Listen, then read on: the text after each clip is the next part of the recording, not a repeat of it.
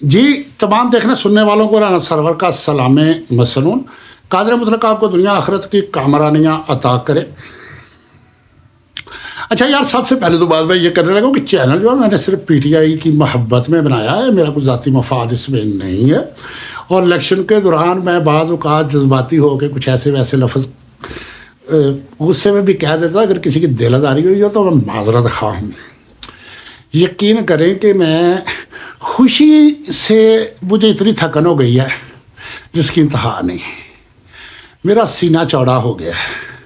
मुझे ऐसे लग रहा है कि यार जैसा मेरा पैदा होने का जो मकसद था वो अल्लाह ने पूरा कर दिया है। दुनिया में आने का मेरा अल्लाह ने जो अगराज़ व मकासद थे ना, उनकी तकमील कर दी है। जवानों यकीन करो, मेरे पास अल्फाज नहीं अप्रिशिएट करने के लिए। यकीन करो मेरे पास अल्फाज नहीं। मैं इलेक्शन से पहले से लेके एक बात जो बार बार कर रहा था कि 2/3 अक्सरियत होनी है, लोगों ने निकलना है, और दूसरी बात ये कर रहा था कि अगर लोग सारे निकलेंगे, इंतज़ामिया हमारी है, अदारे हमारे हैं, वो हमारे हम उनके हैं, हम आपस में हैं, वो कुछ नहीं कहेंगे जब सारे लोग निकलेंगे। और ये मैं आगे जाके बताता भी हूँ। बिल्कुल हमारे गुजरांवाला के अंदर ऐसा वाक़या हुआ है और फौज, रेंजर, पुलिस बिल्कुल पीछे हटे। और मैं सबसे पहले थोड़ा सा यार ये बता दूं कि पोलिंग वाले दिन मैंने लड़कों को आजमाने के लिए मैंने अपना वोट चेक नहीं किया था। अच्छा, मैं पोलिंग पे जाता हूँ और मैंने ये देखना था कि यार ये लड़के कर क्या रहे हैं। बहुत सारे लोग हैं जो चेक किए बगैर आएंगे, मोबाइल बंद है, ऑफ है, इनके पास क्या तरीका है। मैंने जाके ना उनको शनाख्ती कार्ड दिया। मैंने कहा कि भाई ये मेरा वोट, कह रहे जी चेक किया। मैंने कहा नहीं। अच्छा, नंबर 1 एक चीज़ ये थी जिससे मुझे उस दिन मैं हाइपर ज़्यादा हुआ।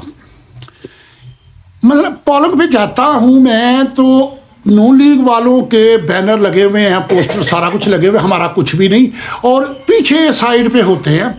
और मास वे 1-2 ऐसी जगह भी देखी कि जहाँ इंतहा का था, और उनकी वीडियो जो है ना मैंने वो अपने साथ शामिल की। अच्छा, बल्कि मैं उन बच्चों पे यार सदके जाऊं, यकीन करें मुझे नाज है उन पे। मेरा शनाख्ती कार्ड पकड़ा, 3-4 लड़के खड़े हुए उनको पकड़ा रहे हैं, वो आगे है ना ये पीछे घरों की उन्होंने वाईफाई जो है ना उनका पासवर्ड ख़त्म करवा के ना वहाँ उन्होंने ऑन किया हुआ था, और ये पकड़ते थे तो वहाँ से ना कोई 20-30 मीटर होगा, ऐसे भाग के जाते थे, वहाँ जाके चेक करते थे और उसका मैसेज लेके आके उसे देते थे। वो पर्ची बना रहा था और लोग आ रहे हैं और दे रहे हैं। फिर उन्होंने मुझे बताया कि ये आपका इस पोलिंग का नहीं है, दूसरे पोलिंग का। मैंने फिर गाड़ी में बैठा हूँ, वहाँ मैं पोलिंग पे चला गया हूँ। और पोलिंग में जब मैं गया हूँ तो वहाँ कोई इंतज़ामिया वगैरह नहीं थी। जब मैं अंदर दाखिल हुआ हूँ तो मैंने ना पहला हमारे इलाके के इधर साहब का नाज़म है मेहर तारक साहब, उनको मैंने पूछा कि इस पोलिंग एजेंट क्योंकि इन एरियाज़ का जो था ना इंतजाम वो उसके ज़िम्मे थे। उसने बताया कि सामा लड़का है, और मैंने पूछा सामा कौन है, वो आया। मैंने कहा हाँ तू पीटीआई का? कह रहा जी नहीं मैं तो पीटीआई का। मैं कहा पीटीआई का कौन है? एकदम सारे बंदे मेरी तरफ हैरानगी से देखने लग गए कि ये बंदा, खैर मुझे जानते भी थे, और सब हौसले में हो गए। वो एक भागता हुआ आया। मैंने कहा तू अकेला ही है? वहाँ 4 पोलिंग थे। उन्होंने कहा नहीं जी हम और भी हैं। मेरा भतीजा भी आ गया और भी 2-3 लड़के आ गए। और मैं ना ऐसे और मैं कहा सुनाओ पीटीआई की क्या पोजीशन जा रही है, कैसा हो रहा है? ऐसे लोगों को आवाज़ें दी हुई। मैंने पर्ची ली, लेके फिर जो बाहर से आ रहे हैं ना लोग, अंदर हाल बड़ा था, वहाँ अंदर ही बड़ी बड़ी कतारें थी। अब मैं हर एक को पुकार रहा हूँ, सुनाओ पीटीआई के निशान का पता है ना कि आपका प्रेशर कुकर है और घड़ियाल है। वो ऐसे मेरे बातें करने से ना प्रेसिडेंट के ऑफिसर साहब उठ के आ गए। मुझे आ कहना कि यार मेरा बुजुर्गो आप मुनासिब नहीं, कैसा करो। और मैंने कहा यार बूढ़ा बंदा हूँ, बीमार हूँ, तंग हूँ, आवाज़ार हूँ, तो अब मैं दिल बहलाने के लिए बातें ना करूँ तो और क्या करूँ। और इलेक्शन का दिन है, इलेक्शन के दिन इलेक्शन की बातें ही होनी है। मुझे वो कहने लगे नहीं आप ऐसा करें, आप हमें दें, हम पहले आपको पर्ची दे देते हैं। और वो मुकामी लड़कों ने भी कहा कि जी आप पहले। मैंने कहा ना मैंने असूल पे चलना है, मैंने कतार में खड़े होना है। मैं आधा घंटा अंदर ठहरा हूँ। फिर जाके मैंने ना मोहर लगाई, मोहर लगा के मैंने दोनों पे पकड़े और बाहर आ गया। बस सैकड़ों लोग थे, कम से कम 100-200 बंदा होगा। और मैं ऐसे हिला रहा हूँ ऐसे हाथों से और लोगों को दिखा रहा हूँ, यार ये देखो खुशक हो गई स्याही, ये देखो खुशक हो गई। ऊपर प्रिजाइडिंग ऑफिसर, यार ये क्या करें, ये ऊपर नहीं करते। और मैंने कहा अल्लाह के बंदे, मैं बीमार बंदा हूँ, इतनी दूर से मैं चल के आया हूँ, अगर मेरा वोट कैंसिल हो गया तो मैंने सुना था कि स्याही गीली होती है, इसको खुशक करके फिर डालना चाहिए। और हो गया खुशक। मैंने कहा नहीं मैं लोगों से तस्दीक कर लूँ। कह रहा जी आप खुद देख लें। और मैंने कहा मेरी नज़र वीक है, मैं क्या करूँ। मैंने सबको ना निशान दिखा दिए कि ऐसे मोहर लगानी। फिर मैंने ना मेरे प्रिजाइडिंग ऑफिसर से बात हुई, मैंने कहा यार देखें आप माशाल्लाह मुझे मजहबी लग रहे हैं, हम नहीं कह रहे हमारी साइड नहीं, लेकिन मैं सिर्फ ये रिक्वेस्ट कर रहा हूँ कि यहाँ ज्यादती ना करें। और मैं जिस पोलिंग पे भी जाता था मैं वहाँ एक ही उनको कहता था सिर्फ यार इंसाफ चाहिए हमें। और लड़के वहाँ फिर दलेर हो गए। उसके बाद ये है कि मैं हर वर्कर को हर एक पोलिंग पे जा जाके यही कह रहा था कि शाम को 45 का फार्म लेके उम्मीदवार के पास पहुंचना है और उस पर पैरा देना। और सारे उम्मीदवारों से मैं कह रहा था कि फौरी आप लोगों ने आरओ ऑफिस जाके अर्जेंट वहां से आपने रिजल्ट ले लेने हैं। चूंकि सारे 45 के फार्म आ जाएंगे ना, लेके वहां पहुंच के आधे घंटे में उनसे रिजल्ट बनवा के ले लेना है। क्योंकि मुझे पता था, इस बात का कन्फर्म था, ऊपर से हदायत ये है कि उनके सर्वे के मुताबिक ये था कि पीटीआई को 20 से 30-35 सीटें मिल रही है बस, और बाकी जो है वो नून लीग को मिल रही है पंजाब में। तो लेकिन ये हमें पता था, उनको गलतफहमी थी और अक्सर साफियों को भी गलतफहमी थी।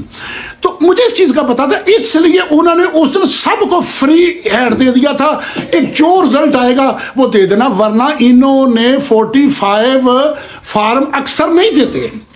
इस दफ़ा सिर्फ ये फेयर इलेक्शन दिखाने के लिए इन्होंने सबको ऑर्डर कर दिए थे कि सबको देना, और 47 का भी आरओ को कह दिया था कि सबको देना है। और दोबारा इस फैसले को चेंज करने के लिए नए सिरे से अजलास होना था, मीटिंग होनी थी, वहां तय हो के फिर नए सिरे से उनका मैसेज कन्वे होना था, जिसमें 2 से 3-4 घंटे लगने थे, इसलिए लेट नाइट रिजल्ट रोके गए।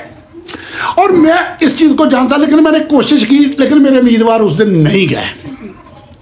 अल्हम्दुलिल्लाह सुम्मा अल्हम्दुलिल्लाह मैं तकरीबन हर हल्के में गया हूँ गुजरांवाला के अंदर। इससे पहले मैं एक वीडियो बना चुका हूँ कि एक पोलिंग पे पीटीआई का कोई बंदा नहीं था, वहां से भी हम जीते हैं, मेरे साथ वाले महल्ले का था, और क्लीन स्वीप किया। अगर कोई एक आध रह गया तो हमारी कमजोरी है, लेकिन जो सबसे बड़ी बात है वो मुबीन जट है, मेरे बेटों की तरह है, मेरे बेटे की उम्र का है। और मैंने इनको ना इनके खिलाफ सख्ती से वीडियो बनाई थी कि दलेर अवाम के बुज़दिल उम्मीदवार, कभी आप लोग हिम्मत करो, अवाम तो कुर्बानी देने को तैयार है।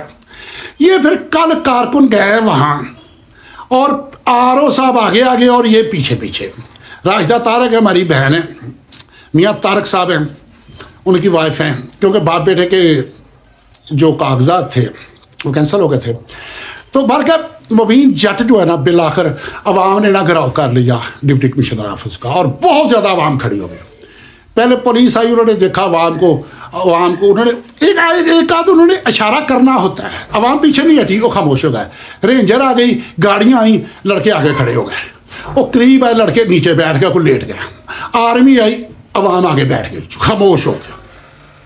उन्होंने गाड़ियां पीछे कर ली, करके उन्होंने डिप्टी कमिश्नर से कहा कि इनका मेरिट के मुताबिक रिजल्ट बना के दो। खुर्रम दस्तगीर को जो हराया गया है वो मुबीन जट के साथ हजारों कारकुन थे, जिन्होंने पूरी कचहरी का, डिप्टी कमिश्नर ऑफिस का घेराव किया हुआ था। कोई वहां किसी को तंग नहीं कर रहे थे, कोई किसी से झगड़ा नहीं कर रहे थे। देखो ना, अदारों ने थोड़ा बहुत अपनी रेट के लिए उन्होंने चेक करने के लिए करना होता है। जब आवाम आगे से पुरअमन तरीके से खड़ी हो, उन पे अटैक ना करे, उनको गाली गलोच ना करे, ठीक है भाई, पुरअमन तरीके से रह के नाराबाजी करो, अपने हक के लिए एहतजाज करो। तो वो जब उन्होंने किया और अल्हम्दुलिल्लाह वहां से रिजल्ट मिला। बरकैफ हमारे यहाँ से गुजरांवाला में 2 MNA हैं, 2 या 3 शायद MPA हैं, जिनके चेंज हुए हैं। इंशाल्लाह ताला 45 हमारे पास हैं, तो वो अदालत से वो मिल जाएगा। लेकिन मैं पाकिस्तान के सारे नौजवानों को दोनों हाथों से सलाम करता हूं। यकीन करो, जब हम लोग आपकी उम्र के थे, हमसे मुराद मैं अकेला नहीं, सारे उस दौर में हम नहीं कुछ कर पाए, और जो आप लोगों ने कर दिखाया है मैं फिर सलाम करता हूं। और जवानों, अब तुम्हारे हाथ में तकदीर आलम है। हाय, चिरागे जिंदगी होगा फरोजा जब हम नहीं होंगे, चमन में आएगी फसलें बहारां जब हम नहीं होंगे। जवानों, अब तुम्हारे हाथ में तकदीर आलम है, जिनों की मुश्किलें होंगी जब आसान हम नहीं होंगे। चमन में आएगी फसलें बहारां जब हम नहीं होंगे। जवानों, अब तुम्हारे हाथ में है। अदारों को गलतफहमी थी, सीधी बात मैं कह रहा हूँ, तमाम मुक्तदर हलकों को गलतफहमी थी, आलमी इस्टेब्लिशमेंट को गलतफहमी थी कि अवाम के माइंड चेंज किए जा सकते हैं। अब उनको पता है कि अगर इनका हक उन्होंने लिया है, जब कौम जागी है, उठी है, और सबके पास प्रूफ है, अदालतों में जाना है, पूरी दुनिया के मीडिया में आना है, सोशल मीडिया पे आना है, इंशाअल्लाह ताला आपका हक आपको मिलना है। क्योंकि इनको पता है कि जो हमारी आंखों में धूल झोंक के, फिर देखो कोई ट्रांसपोर्ट नहीं थी पीटीआई की, लोग अपनी बाइकों पे जा रहे हैं या नून लीग वालों की गाड़ियां यूज कर रहे हैं, नून लीगों की उनकी बिरयानियां खाई हैं, उनकी कन्वेंस इस्तेमाल की है और वोट पीटीआई को दी हैं, पर्चियां उनसे ली हैं, और वो बड़ा जश्न मना रहे थे। वो तो ये कह रहे थे कि हमारा तो मुकाबला ही नहीं किसी से, हम तो बिला मुकाबला है, ये उनके उम्मीदवार ये कह रहे थे। लेकिन जवानों ने माशाल्लाह बहुत काम कर दिखाया है। और जैसे खुर्रम दस्तगीर के बारे में रिजल्ट लिया गया, और जैसे केपी के वालों ने रिजल्ट लिए हैं, केपी के वाले भी सारे निकल के वहां पहुंच गए थे। अगर पंजाब के लोग पहली रात के 10-11 बजे हर एक अपने अपने आरओ के ऑफिस के बाहर जाके घेरा डाल के बैठ जाते, सभी को रिजल्ट उस दिन मिलने थे। लेकिन खैर, ये ट्रेनिंग के लिए, तरबियत के लिए शायद ज़रूरी है। कोई जुगनू तारा संभाल रखना, मेरे अंधेरों की आप फिक्र छोड़ो, बस अपने घर का ख्याल रखना। अल्लाह हाफिज़। एक दफ़ा फिर बेटो बच्चों दोनों हाथों से सलाम।